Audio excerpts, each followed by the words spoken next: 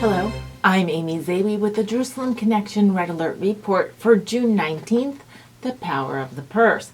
According to a June 10th Jerusalem Post report by Mayan Jaffe Hoffman, the Ministry of Strategic Affairs reported that over 30 accounts, financial accounts of BDS organizations that had direct ties to terrorists have been shut down in the past 24 months. 10 of those accounts were originating in the United States and another 20 in Europe.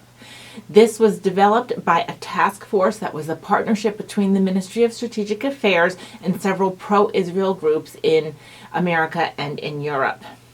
May I quote, "For years, boycott promoters have disguised themselves as human rights activists managing to raise tens of millions of euros from Western countries and citizens who they thought were contributing to causes supporting justice and equality."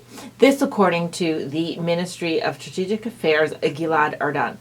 He goes on to say, over time, though, we revealed that these supposed human rights NGOs were in reality filled with anti-Semitic operatives with deep ties to terrorist groups fixated on destroying the state of Israel. As a result of these actions, countries and financial institutions are now distancing themselves from these organizations. These ties to the terrorist organizations that the BDS groups had, which then entailed the resulting canceling of their financial accounts. This was a report from the ministry, based on a report from the ministry called Terrorists in Suits. And they documented over 100 links between terror groups and organizations that were involved in the BDS activity, which is known as BDS, Boycott, Divest, and Sanction. These organizations, these BDS organizations with the ties to terrorist groups, were trying to disguise their actions as so-called human rights organizations or human rights activist organizations. This report, called Terrorists in Suits, showed several direct links naming names and organizations that were part of violent terrorist organizations. However, this good news that was reported on June 10th in the Jerusalem Post was also countered by another article in the Jerusalem Post on the same date by Seth Franzman, and it was called From Berlin to D.C. Attacks on Jewish Symbols. I want to talk about this because it is something that I'm not sure a lot of connections have been made, and Seth makes a good point. So in Germany in late May, German officials were warning their Jewish citizens to not wear their kippah in public for their fear of lack of safety.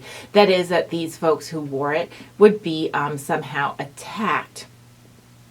As well, the DC Pride parade in the United States had told all of their participants not to wear any kind of Star of David symbol because it resembles the Israeli flag, and that would be offensive. Seth does a great job in his article explaining that the hate that originated in that was manifested in the 1930s and 40s in Germany is still the same hate that is around today, but it just juxtaposes the symbols. And what I mean by that is, and what Seth points out, is that in the 1940s, Jews were sent to their deaths and forced to wear the Star of David to show who they are, and they were rounded up in their kippah. Today, this new hatred of Jews wants the symbols instead to disappear, so that any outward symbolism of Judaism, or relatively recently that connection to an actual state of Israel, then is considered offensive, or another way to identify or not identify Jewishness.